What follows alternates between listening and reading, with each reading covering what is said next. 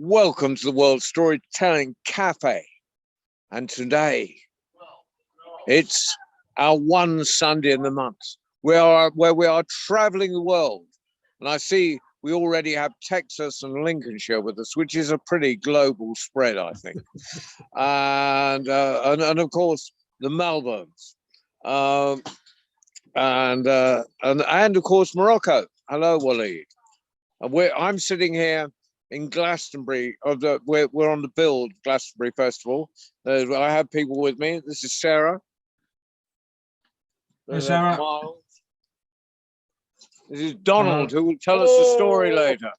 But right now, I'm handing over to the magnificent, from Get a Word in Edgeways, if he can, with me rattling on, is the Mike Rust. Mike, over to you. Good evening, John. If you sat in Glastonbury, you're just boasting. You know that, don't you? Now, my claim to fame, you can ask everybody on the Glastonbury field who you see, because I was booked there once in 1992. And I was there in 92. Yeah, Tom Jones was on. Yeah. And Joan Armstrong. That was the year I remember. Anyway, so I was there with Eric Madden in the Greenfields. Ah. So you were there doing what? I was storytelling. On which field? Kids field or the Greenfields? In the Greenfield. In the Greenfields. Yes. Yeah. In the Earth Lodge. In the Earth Lodge, no less. No, it was before then. Before then. Yeah. They just put the stones. They just put the stone circle up that year. Yeah, I was there. Yeah. So. Yeah. Yes. Anyway, welcome to everybody. I didn't meet you. I didn't meet you there. How appalling of me. Right. I know. I would have given you an autograph as well if you'd asked for one. So I've missed out. Anyway, less of this prattle. I'm handing over to you. It's your show. Thank you. Welcome to everybody who's here. We seem to be a bit thin on the ground, but never mind. We're sure we'll have a nice time. So we're going to start off with Keith in Lincoln. Can you go first? And then we'll go to David in Texas. And then we'll see if John and I can find something in our minds to do something to keep us going. And we've got Donald Nelson here. Yay, Donald. Hey, Donald. Hello. Hello, Nelson. Donald. Yeah, okay, that's fine. There was another person with you, a rather good-looking one. Who was she? No, Juliana is not the best. She's asleep in her tent at the moment, so we'll let her sleep. Is that the famous Juliana from? Yes, absolutely. South America. But we have got Manuela just joining us. Manuela, marvelous. Oh, Manuela. Oh, hello, Manuela. Hello. Right. So we're going to start off. It's a story round. So I'm sat here in Shropshire, which is on the Welsh-English border, halfway up on the English side. I'm going to hand over to Lincolnshire, which has got no hills but big skies, to my friend Keith, who I'm looking forward to meeting in Whitby, I think, am I? Yes, yeah, he'll be there. Yeah. Great. Okay, so we've got a Keith first and then David from Texas second. Okay. Put your thumb up, David, if you heard that. That's brilliant. Go on then, Keith. Okay, thank you. Well, people say that Lincolnshire is flat with the fens and the marshes, but I live in the middle of the Lincolnshire Wolds, which runs right through, so sort of gentle chalk hills that run through the centre of Lincolnshire. It disappears into the Humber and the River Trent, and then comes out again as the Yorkshire Wolds. Now, this is a story that is a Lincolnshire story about a giant that lived in the Lincolnshire Wolds. Now, he was very tall, very strong in the arms and legs. He was so tall that the hair on his head would sometimes touch the clouds. But the thing about this giant was that he was very stupid. Oh, he just wasn't very clever and just make a mess of everything. And also, he was very clumsy. and he kept dropping things and just making a mess everywhere. But fortunately, this giant had a friend who was a dwarf. Now, there's lots of dwarves that live in Lincolnshire Wolds, and they come out at night when nobody can see them and just generally keep things tidy. And this particular dwarf was very clever, very honest, and he was very kind. And he was the giant's friend. And as they were walking through the Lincolnshire Wolds, the giant had a pocket. And in his pocket, there was the dwarf, because the dwarf otherwise couldn't have kept up with the big strides of the giant. And as they were walking along one day, and they looked over, and there's a field full of sheep. And the dwarf said, "Oh, I could eat a little mutton." The giant said, "I could eat a lot of mutton." But there was no shepherd around, no owner around. And dwarf said, "Well, perhaps if we did have a little mutton and some mutton, then when we find the owner, then we could repay him. You could repay him because the giant could do the work of 10 men. And so the dwarf called all his dwarf friends out of the holes in the Lincolnshire Wolds, and they killed a little lamb, and they began to eat it. And the giant, he grabbed hold of 2 big rams with golden horns, and he ate them whole. But then who should come walking along the lane was a wizard, and the wizard owned the sheep. And the wizard, he said, "Who's been eating my rams with the golden horns?" Now, the wizard could always tell if anybody was lying. And the dwarf inside, speaking out to the wizard from inside the pocket of the giant, said, "Not me." Of course, he was telling the truth, because the dwarf had been eating the lamb. And the wizard said, "Well, who has been eating my little lamb?" And the dwarf poked the giant in the ribs, and the giant got the message, said, "Not me." And so they're both telling the truth. And so the wizard said, "Okay, you can have some of the lambs, you can have some mutton, but you'll have to answer a riddle, and you can give me a riddle as well."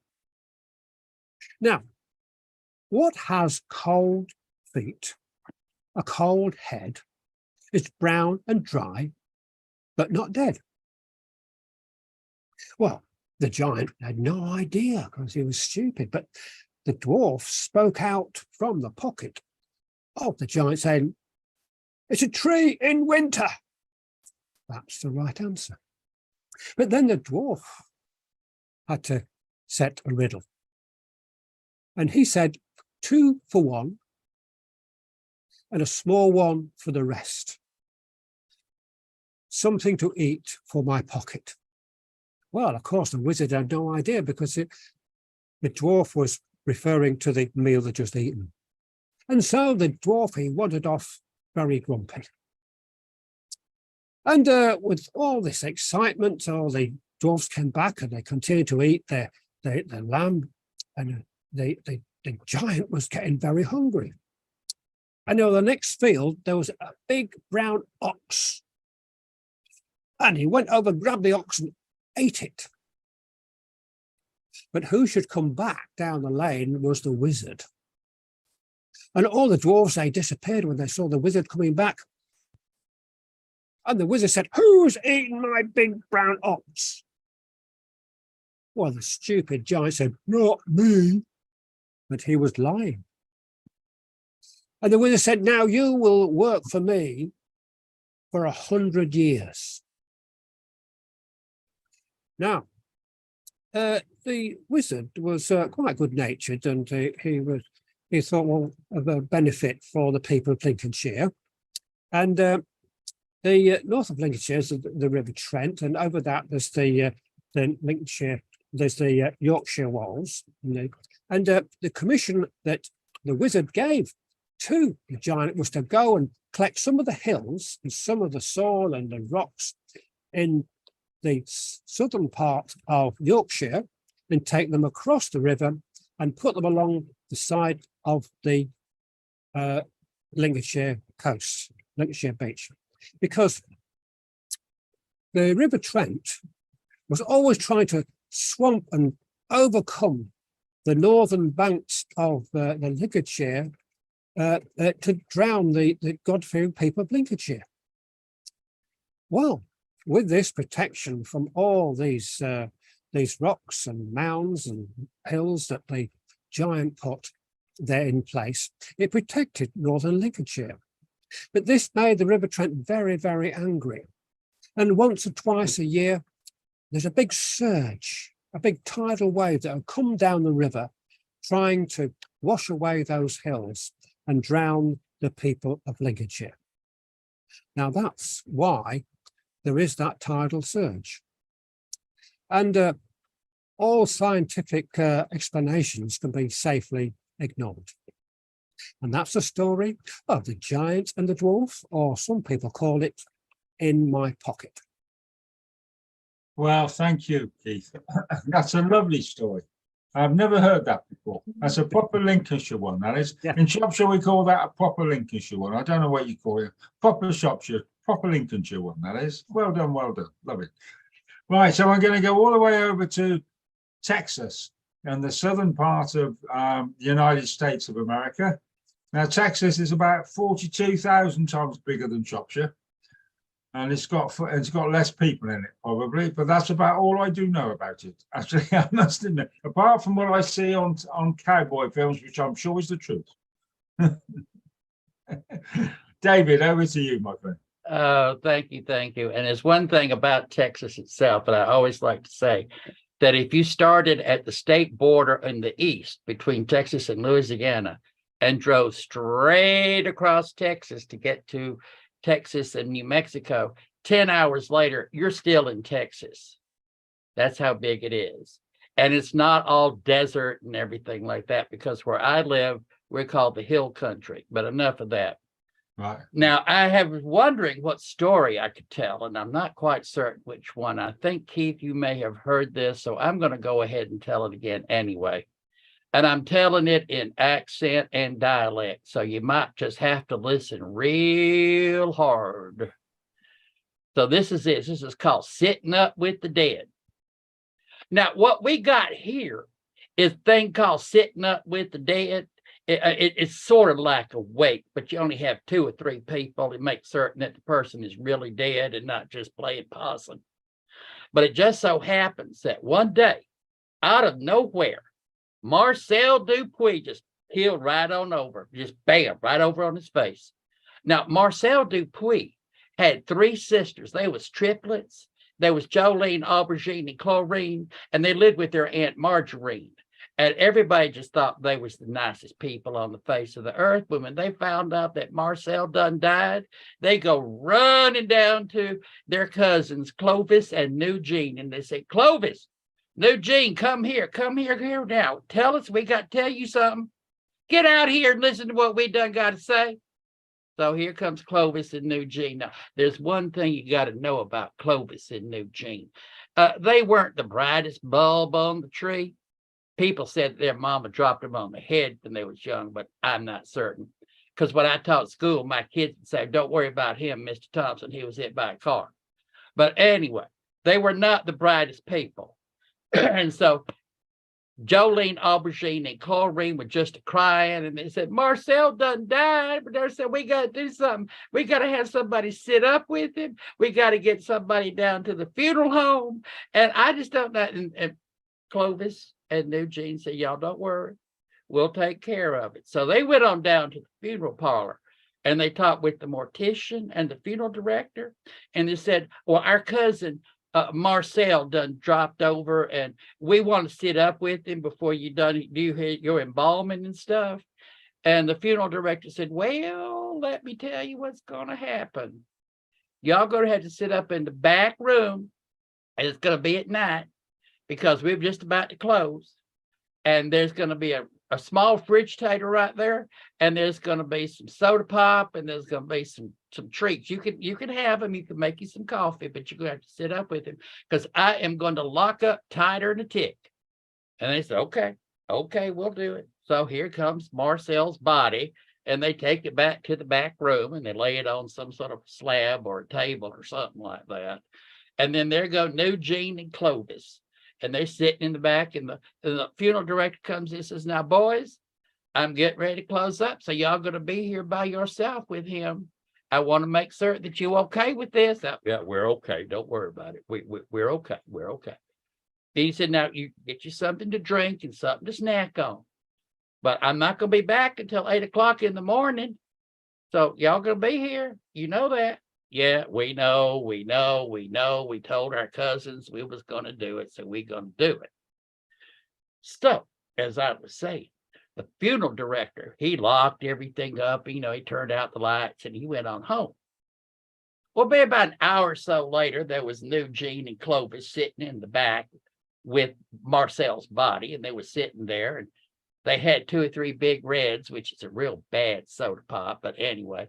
And they ate some of the treats, and they were stale, but there was something to keep them going. And Clovis was walking around, and he peeked out the window, and what do you think he done saw? He saw a beer joint just on the other side of the street. And he said, now that sounds pretty good. And I understand they open all night, and it looks like it's just a rocking away. So Clovis says, Eugene, what do you want, Clovis? Eugene, how about this? There's a beer joint over yonder. Come here, look out the window. So we went over, and Eugene looked at it. Oh, I see it. How about I go over and I get us 2 beers and I bring them back? Well, it took a little while for Eugene to understand exactly what was going on, but he said, oh, no. I am not. And I repeat, no way, no ma'am, no how. Am I going to sit here by myself with a dead body? You never know what's going to happen. So no, you ain't going nowhere. So Clovis just sort of sighed and went, oh, okay. Have your way about it. I'll deal with it. About an hour or 2 later, Eugene had a thought, and he got up, and he done walked around that room. And he looked out the window, and, ice cold beer would taste real nice.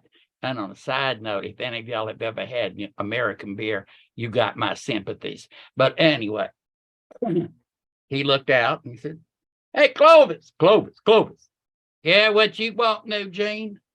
Clovis, how about if I go over to the beer joint and I get us 2 beers and we bring them back to you? And Clovis said, no, you weren't going to do it when I was going to do it because you didn't want to be by yourself with a dead body. And I'm not going to do it by myself while you go over because I know you and you ain't going to come back. So Clovis, yeah, okay, I knew Eugene was, yeah, whatever.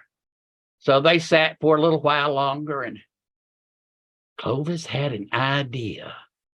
Hey, Eugene, come here. What you want? We're going to take Marcel with us. We're going to go over to the beer joint. So they picked the body up, and they draped one arm around Clovis and the other arm around Eugene. And they made their way across the street. And they pick up his legs every once in a while. Look like he was walking. So they get into the beer joint. Oh, yeah, y'all can go sit in the back over there. There's room for all 3 of you. Little did they know there was really only 2 of them, but still, that's how they fooled them. So they went to the back, and they were sitting there, and 3 ice cold beers done come, and they was talking. Eugene and Clovis, that was. Marcel wasn't too talkative. And they were just having a good time. And as you probably know, sometime later in that day, in that evening, early in the morning, things got a little bit out of hand because all of a sudden, a fight done broke out. And Lord, let me tell you, there was fists a flying, and there was chairs being thrown, and there was glass beer steins going everywhere. And they was just ducking down to make certain they weren't going to hit. But one time, Clovis moved a little bit, and Marcel's body just went boom, out of the booth onto the floor. Well, it just so happens that that body knocked into one of the people who was fighting. And the man turned around and says, I know your type. And he pulls out a knife. He starts stabbing him and stabbing him and stabbing that body. And Clovis and knew Jesus, oh, Lord, you done kilted him. He's dead. Oh, my God. And they got on their knees and they wailed and they beat their chests and says, he kilted him. He kilted him. Well, about this time, here come the police. And the police come in. They start arresting people left and right and ducking from beer steins still being thrown. And the guy who stabbed Marcel's body, the guy, he was grabbed by one of the policemen and said, why did you stab and kill this man? And the man with the knife said, well, officer, I had to. He pulled a knife. And that's what happened. And I'll tell you, that's what happened. That's it.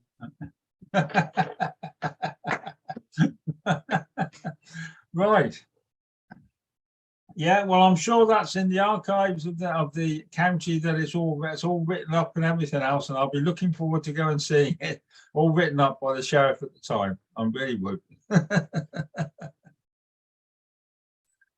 Right. Well, now then, Donald. Is Donald there?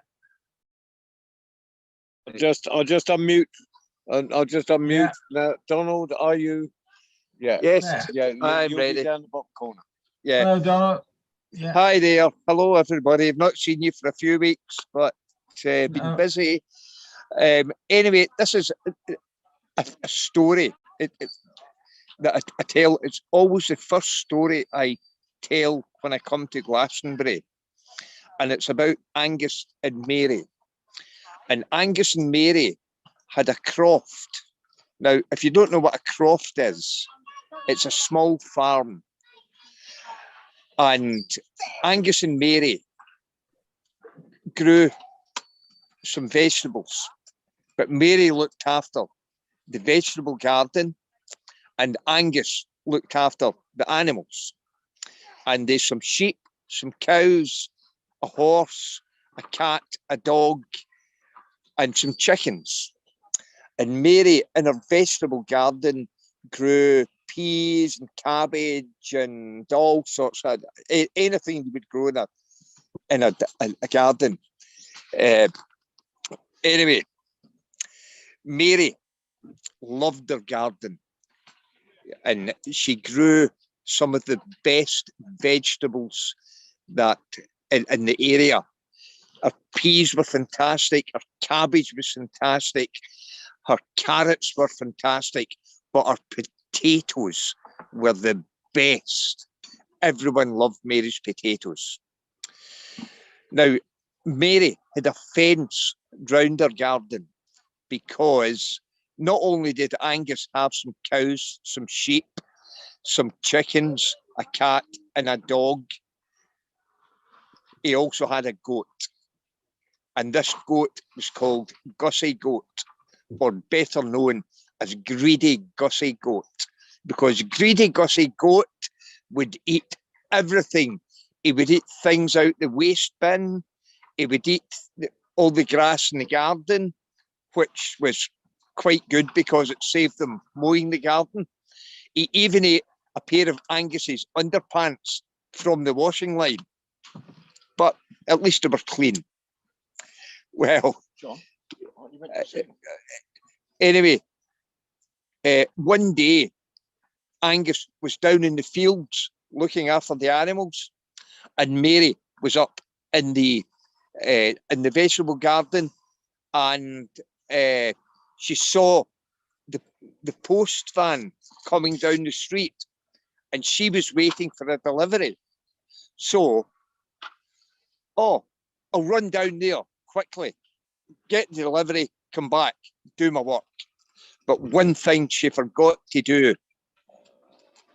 she forgot to close the gate. And greedy Gussie Goat came round, looked in, had a sniff about, ate some carrots. Oh, delicious they were. Ate some peas, delicious. Ate some more veg, delicious. And then he came to the potatoes and he started to dig up the potatoes and eat them. And as he was eating them, Mary got the parcel, put it in the house and come back to the garden. Oh no, no. Greedy Gussie Goat's got into my vegetable garden. What am I going to do? And she ran over and Greedy Gussie Goat had a little rope round his neck. And she tried to pull him, but he was too strong. She couldn't pull him out. And she shouted, Angus, Angus, Angus. And Angus came running up from the fields. And she said, look, Greedy Gussie Goat is eating all my lovely potatoes. And the two of them grabbed the rope and tried to pull Greedy Gussie Goat out, but to no avail. And they stood there and said, what are we going to do? And then they heard a voice behind them. And the voice said, maybe I can help. And they looked down and there was old Mother Hen. And Angus looked at old Mother Hen and said, well, I couldn't help and Mary couldn't help. What are you going to do? And she said, just watch. She went over to Greedy Gussie Goat, who was still eating the potatoes, and she said, Greedy Gussie Goat, you're a very, very naughty boy. Now stop eating Mary's potatoes at once. Did Greedy Gussie Goat hear? He didn't care at all. He just took 2 steps back, lowered his horns, and butted old Mother Hen so hard she landed on the roof of the cowshed. Well, Angus looked at Mary and Mary looked at Angus and they said, what are we going to do now? Then they heard another voice behind them. Maybe I can help. And they looked down and there was a dog. And Angus said, well, I couldn't help, Mary couldn't help, old Mother Hen couldn't help. What are you going to do? And he said, just watch. And he walked towards Greedy Gussie Goat and he said, Greedy Gussie Goat, if you don't stop eating Mary's potatoes, I'm going to bite you. Do you think he cared? Not a bit. He took 2 steps back, lowered his horns, 2 steps forward, and butted the dog so high that he landed in the roof of the cowshed. Well, Angus looked at Mary, Mary looked at Angus, and they said, what are we going to do now? And then they heard the voice behind them again. Maybe I can help. And they looked down, and of course, there's the cat. And Angus said, well, I couldn't help, Mary couldn't help, old Mother Hen couldn't help, the dog couldn't help. What are you going to do? Just watch. The cat walked over to Greedy Gussie Goat and said, Greedy Gussie Goat, if you don't stop eating Mary's lovely potatoes, I'm going to scratch you. Do you think Greedy Gussie Goat cared? No. Greedy Gussie Goat took 2 steps back, lowered his horns, 2 steps forward, butted the cat so hard, he landed on the roof of the cowshed. Well, Angus looked at Mary, Mary looked at Angus and said, what are we going to do now? And then they heard another voice, a tiny, tiny, tiny little voice. Maybe I can help. And they looked down, expecting to see a mouse, but no, something smaller than a mouse, a spider. And then Angus actually laughed.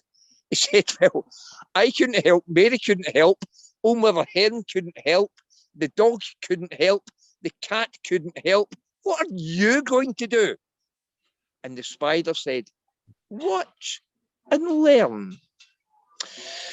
Well, the spider walked across the ground, got to Greedy Gussie Goat's back leg, walked up. And he was so small, Greedy Gussie Goat didn't feel him. When he got to Greedy Gussie's goats,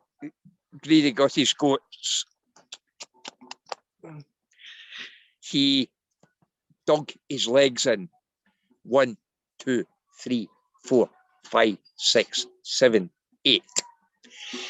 Held on tight and opened his mouth and bit Greedy Gussie Goat right on the, whatever you call it in your country, his backside.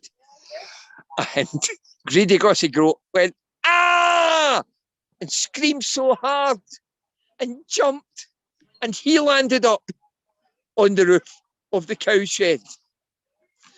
And it took Angus and Mary all day to get all the animals down from the roof of the cow shed.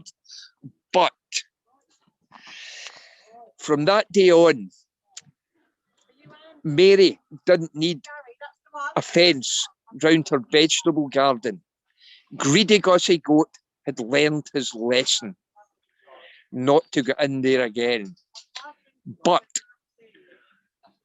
the moral of this story is, no matter how small you are, you can still make a difference. But please don't go biting people on the arse.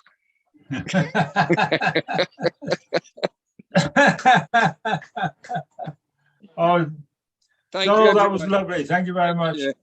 That's a very good Glastonbury story, I would think, that one. Yeah, Right, okay, it's the first story. It's the first story I always tell when I come here.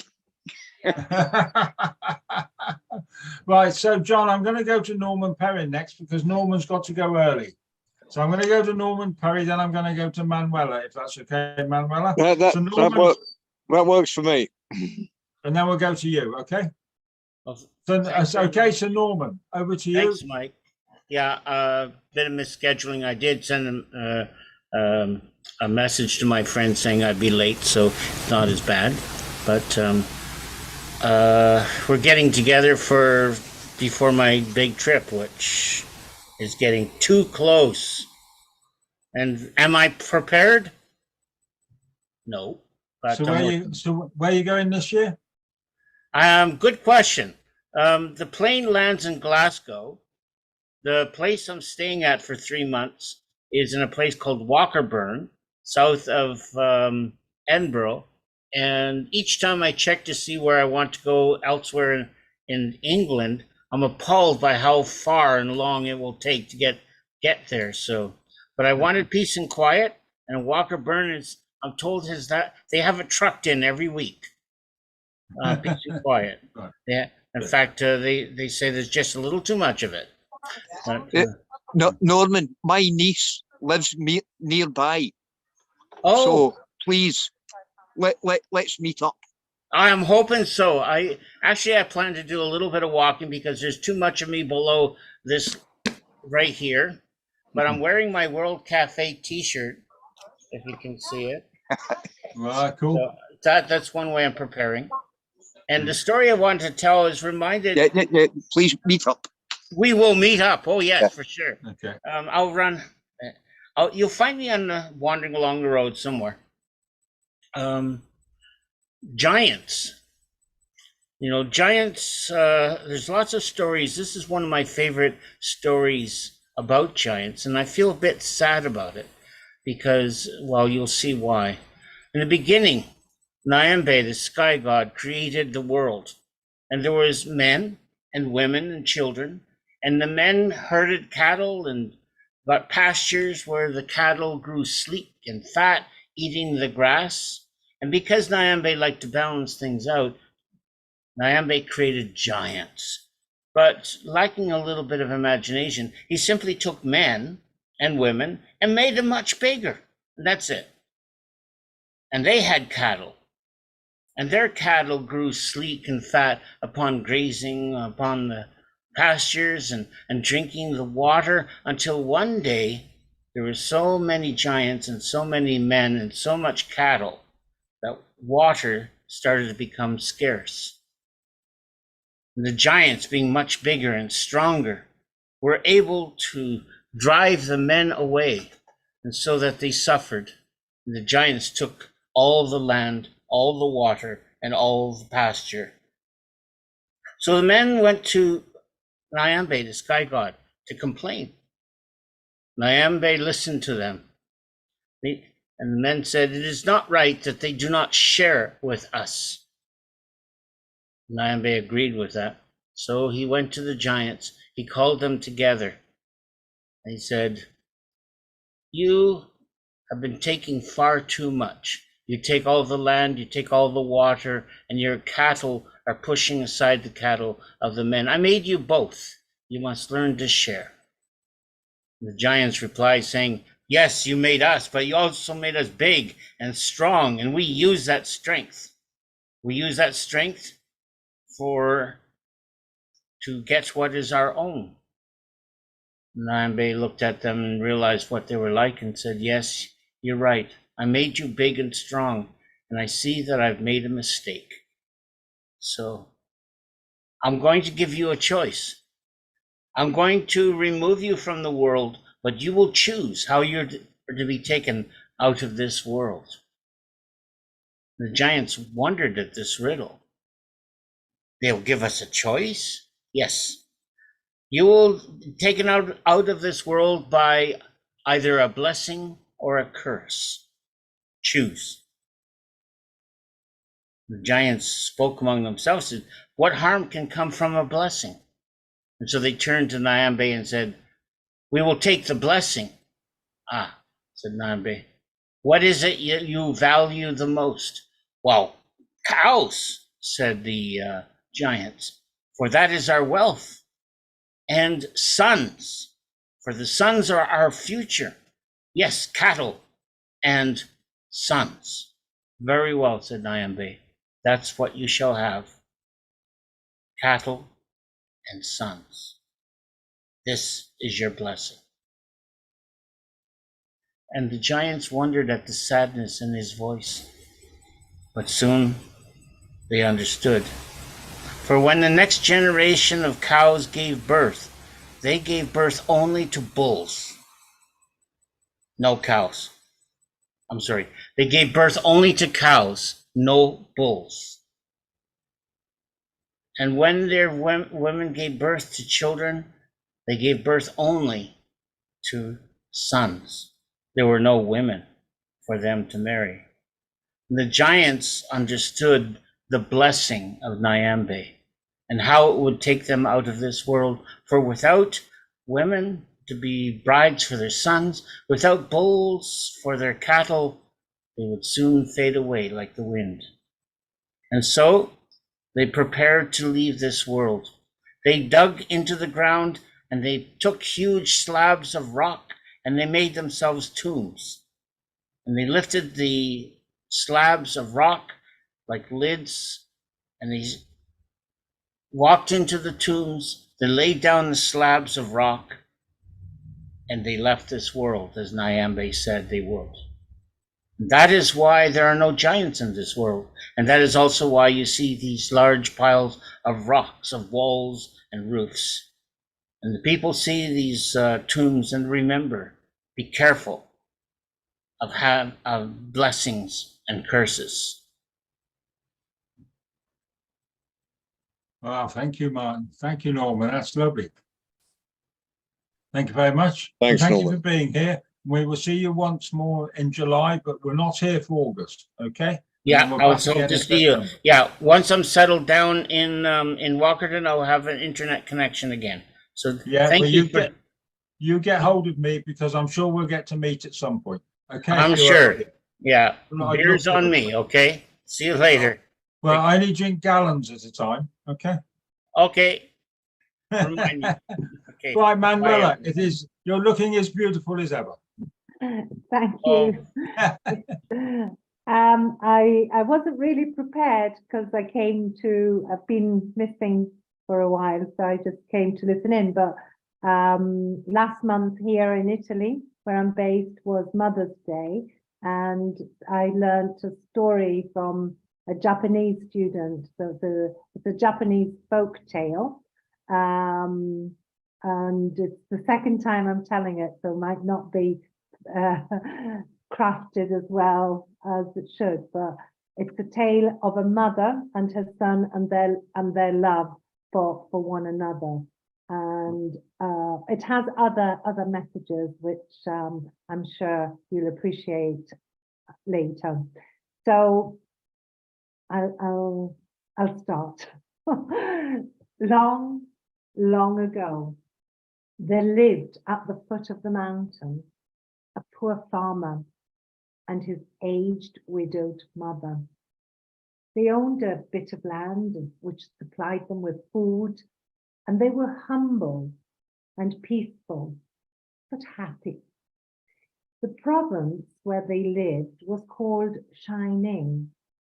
Shining was governed by a terrible leader. He was a warrior and hated anything that seemed weak or frail. And one day he issued a cruel proclamation. The entire province of Shining was given a strict order to immediately put to death all of the old people. Those were the days when the custom of abandoning old people to die was not uncommon. The poor farmer loved his aged mother dearly, and the order filled his heart with sadness. But no one ever thought twice about obeying an order of the governor. And so, with many deep sighs, the youth prepared for what at that time was considered the kindest mode of death. At sundown, when his day's work was ended, the son took a quantity of unwhitened rice, which was the main food for the poor. He cooked and dried it and tied it in a square cloth. He swung the bundle around his neck, along with a gourd filled with cool, sweet water.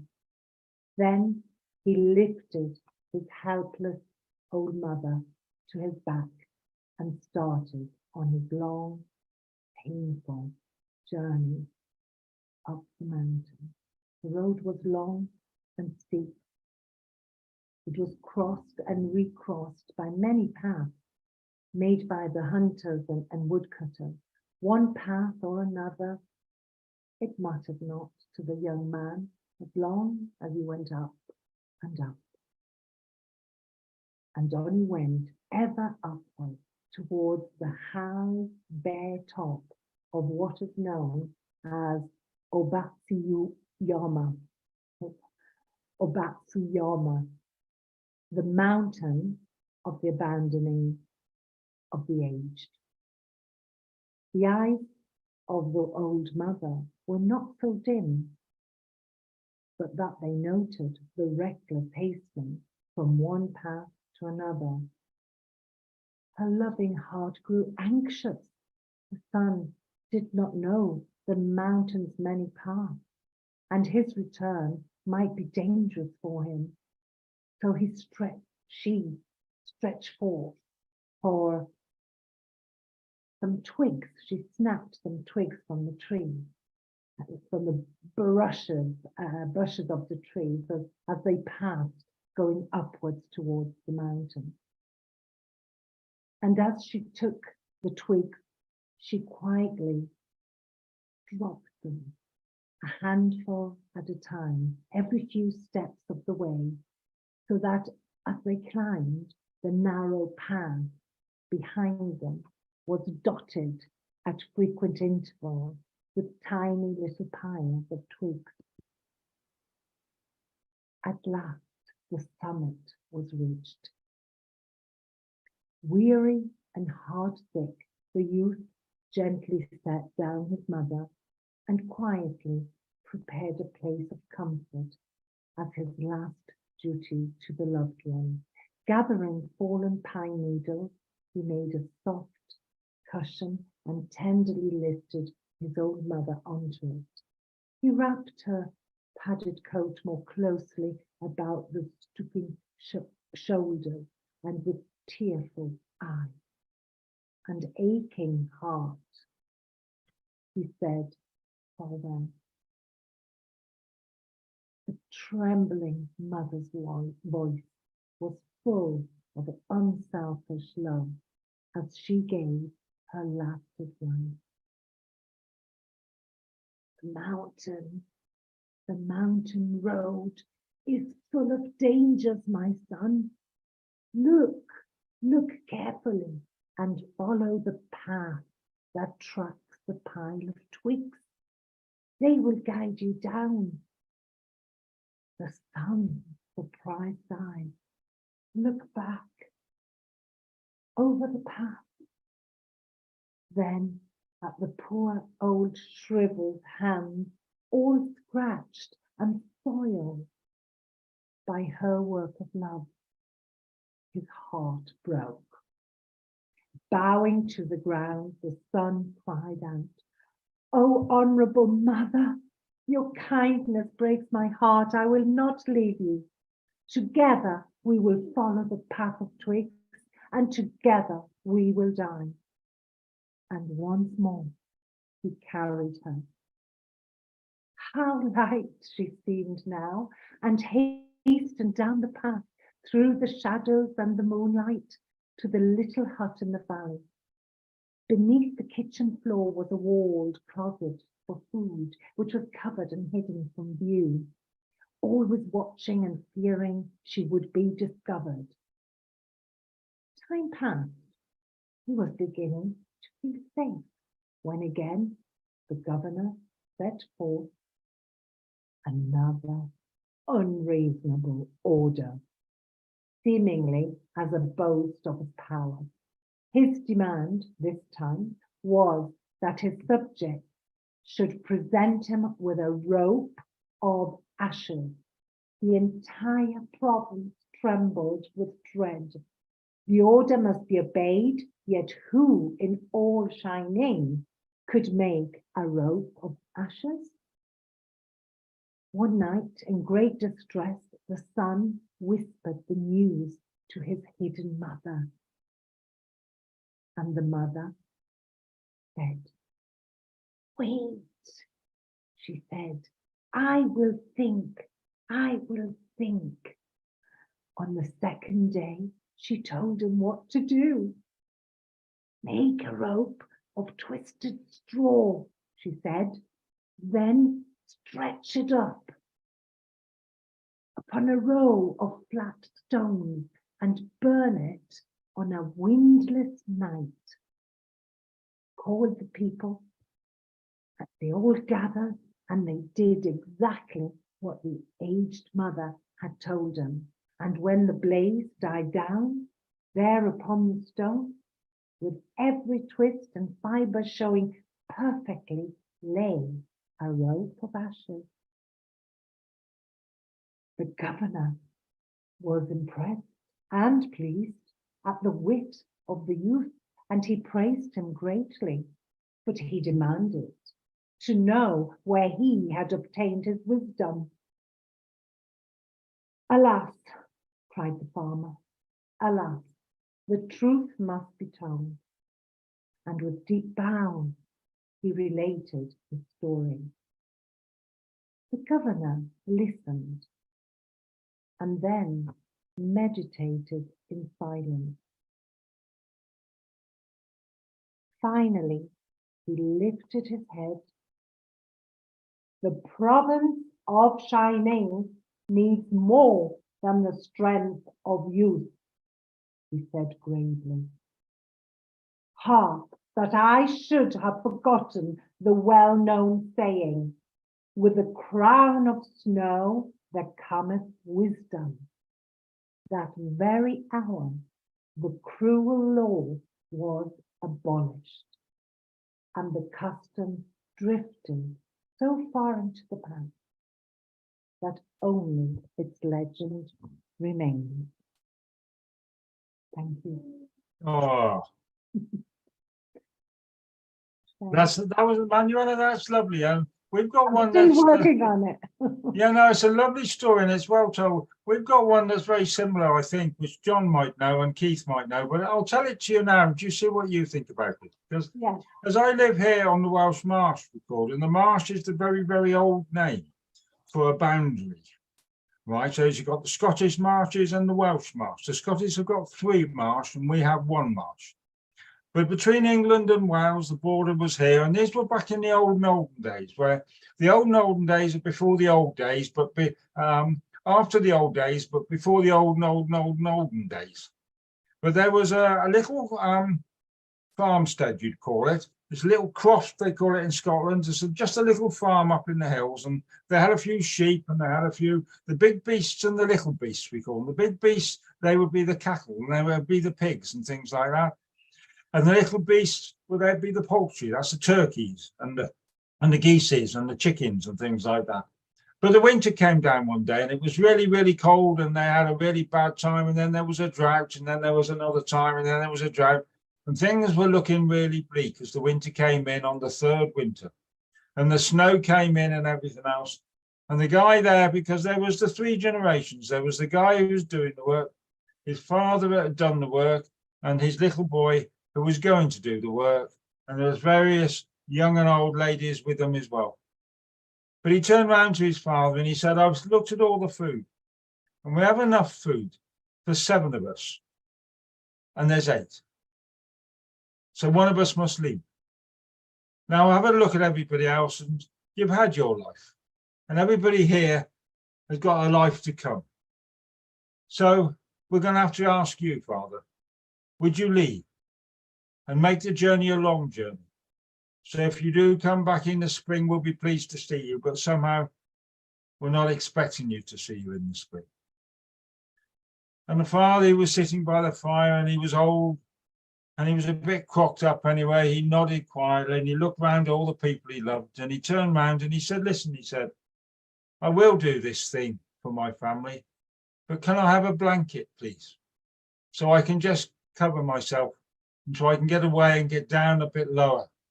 Maybe in the warm flatlands by the rivers, it'd be warmer and I can be all right down there. And the son said, yes, he said, I'll get it. And he went into the, and he came back with a blanket, and he put it round his father's shoulders. And he said, you must leave now. But it was the grandson, the son of the son, who stood up. He was only a little boy, he was 8 years old. And he walked up to his grandfather and he said, can I have half of that blanket, please? And the grandfather looked at his grandson and he said these words, this isn't a journey that you can come on. You have to stay here. And he said, no, grandfather, I want that half of a blanket because one day I'm going to give it to my father. And they all looked at him and they all decided that they've had a food for 8, for 7, that they could share it for 8 and they'd make it to the spring. And somehow they end by story by saying this. They wouldn't have told the story if they hadn't made, if the 8 hadn't made it through, which is how I got to hear about it all these years later. Lovely. It's a very English, it's a very old story over here, and I'm sure John's heard it. So John, I think we come to the. There's loads of versions of it, but I love that. So I've heard 2 really fantastic versions tonight. Well, that was Manuela's and Keith's. That's fine, and David's, of course. Yeah. Are you doing one? We've been Pardon? going about an hour, so we've got plenty of time if you want to do one. I'll do a tale. I'll do a Moroccan tale, and I'll tell a version that I tell. I heard another version from Kamal, but they're both very similar. And it's from way back in time, obviously, when my hair was dark and my beard was ginger, and all my teeth were me. And there was a couple, and they desperately wanted a child. And the mother, she took it on herself. She tried everything, tried herbal remedies. There wasn't all the new age stuff around them, but if there had been, she'd have tried all that stuff. And one day she's out in the village, and there's an old peddler woman coming through, and she hears about a trouble. She said, "I'll tell you what. I'll sell you one of these apples, and if you eat that apple, you'll be with child." She said, "I'll have two, just in case the first one doesn't work." Well, in the other version, it's a tagine, but I would have had to have sort of described the tagine, although I've been taught how to cook it. My memory skills aren't that good, and I'd have probably stopped at cutting up the carrots. So it's the apple. And so as she goes home and she eats the apple, she can't wait. And she takes the other apple and she hides it under the water jar. Now, the husband, he was one of those blokes who, it didn't matter what, he just wanted breakfast. He didn't care what it was, just give me something. And he gets up and he sees this apple, eats it down. Well, soon his wife starts getting bigger. It's kind of obvious what's happening. And he says, "That's great, dear. We're having a babe." And she tells him the story. He says, "Oh my God." And he's noticed his leg getting fatter. And I mean, because it's a Moroccan story, he could cover it up because he wore a jalaba. So his leg was getting fatter and fatter, and his wife's getting bigger and bigger. And she eventually gives birth to a beautiful baby girl. And he thinks this is going to be really embarrassing. It's, I can't just be giving birth. So he walks out into the wilderness. Now, in Kamal's version, he gives himself a cesarean, cuts open his legs. But in my version, it just pops open. And out, it's a beautiful baby girl. Now, he's a bit of a wuss, this geezer. And, he thinks this is going to be really embarrassing. I can't let people know. So he just leaves her in the wilderness. Now, quite rightly, at this point, Dad disappears out of the story because I don't want anything to do with him. I don't expect you to. That is just ideologically unsound. So he's leaving her. So he leaves the babe in the middle of the wilderness. And of course, when they get wet and hungry, babies cry. And a family of gazelles were passing by. And the mother heard the baby. She came down and she suckled the baby. She licked it clean. And she grew up with the gazelles. Now, stories went round about the girl who ran with the gazelles. And people didn't know whether it was Sprite or a human. And one day there's a hunter out. And the gazelles by the waterhole. And the hunter's got his bow drawn back. He's about to fire an arrow. When the girl catches sight of him from the corner of his eye, and she throws her arms around the gazelle sisters. And of course, the hunter, he doesn't actually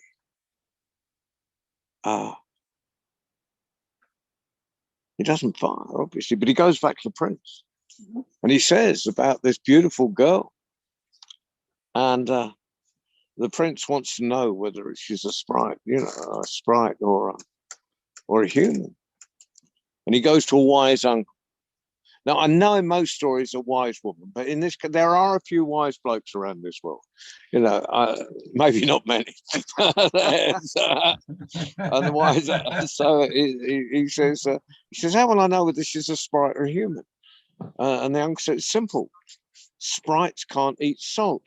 So you take 2 plates of semolina and you put salt in one and no salt in the other.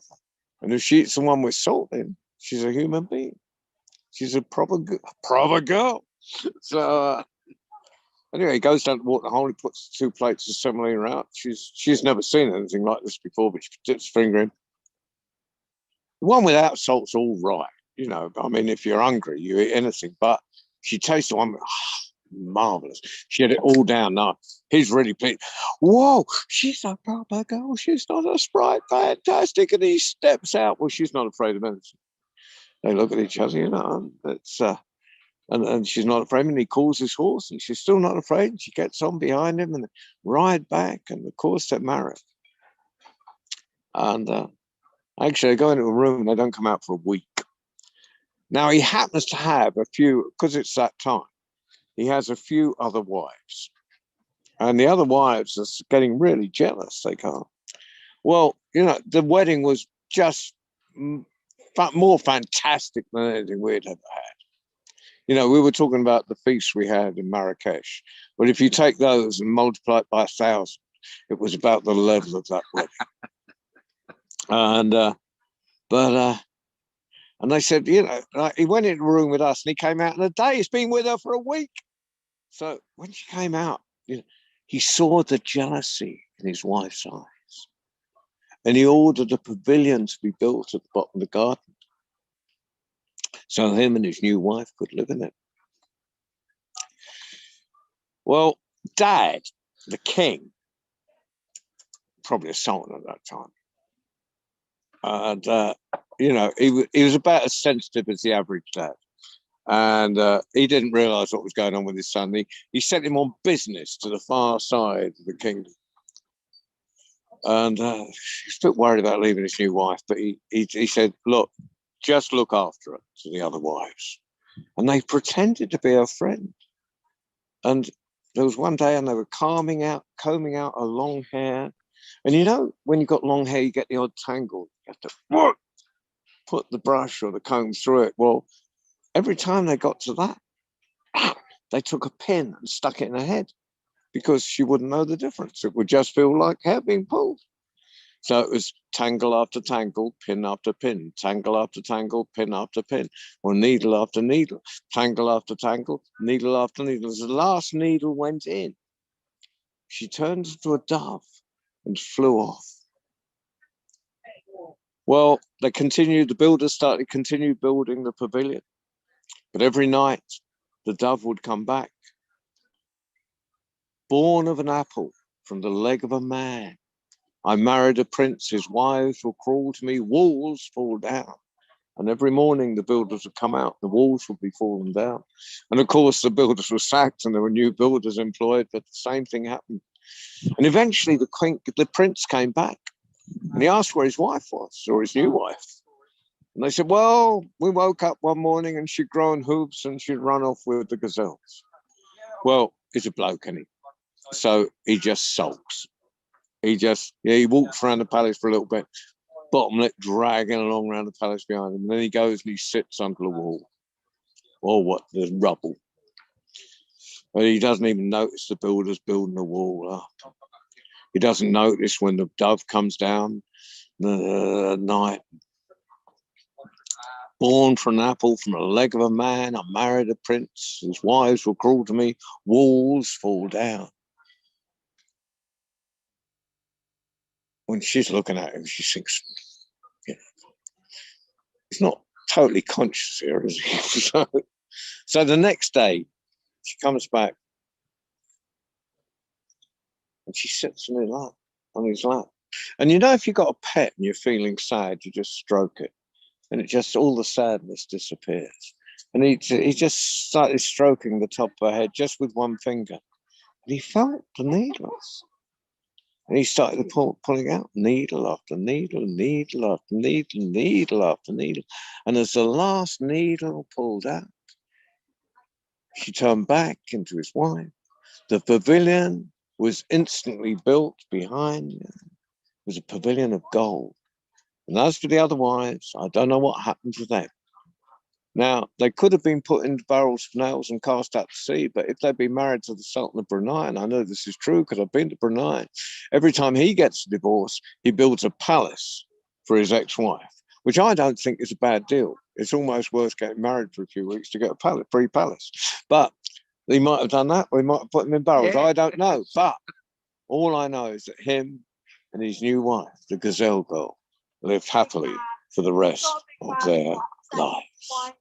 Oh, John, that's lovely. Right. So I'm going to leave you with this great thought because we'll call it today because we've all had a Yeah, nice long and then day. I'll do the parish notices, obviously. We do the parish notice. But remember this, do you know Rod Stewart, the famous rock singer? You all heard of him? Do you know his definition of a marriage? His definition of a marriage is you find a woman you don't like and you give her an house. Which is one way of looking at life. Okay. So just to finish your story with the Sultan of Brunei, maybe that's how it is. You find a woman you don't like and you build her a house. Yeah. Right. Thank you for Right. that thought, Mike. Fair enough, right? You like Anyway, to be thank a you very little much, lady, loves to be Waleed, on for sound being here. occasionally. Thank you very much, Waleed, for doing it all again. And thank you for those that managed to get here, which it's the middle of the summertime. And while I've been Yeah, sat the here, fact that we it's get rained anyone and is a miracle. yeah, Right, absolutely. so We're going to do it once more. It'll be the third Sunday. well, that'll in be July. the. I've got Donald, the date thank you very here. much, Donald. I know you're there. Thank you very much. Thank you. It's Yeah, great to be back. So the Right. 23rd of July is the next one. 23rd of July. Yeah. So Okay. what's coming up next Friday? We're live from Glastonbury at 6 o'clock in the evening from the kids' field. I'll have a plethora of storytellers with us, and we might even have someone from CBeebies if we're lucky. Yeah. And then we don't have anything on a Sunday because we're not doing anything on the Sunday till the 23rd of July. So every Tuesday, of course, we've got our international young tellers. And then the last Friday of the month, the 30th, we've got Michael Kerrins from north of the border. Well, So I've Scotland. yeah. So Yeah. so thank you very much for all attending. Lovely to see you, Manuela, David, Lovely to Keith. see you. yeah. and of course Mike and Waleed. Yeah, John, Um, it's been lovely. It's all worked very well again, and it's just a wonderful little hour, and I thoroughly enjoyed myself doing it. So, Thank you, Mike, for hosting. okay, Thank you, Waleed. We'll let you have a night. We'll let you finish your night. Night, everybody. Or Bye. good Good night. good Thank afternoon you. in your case, David. Bye.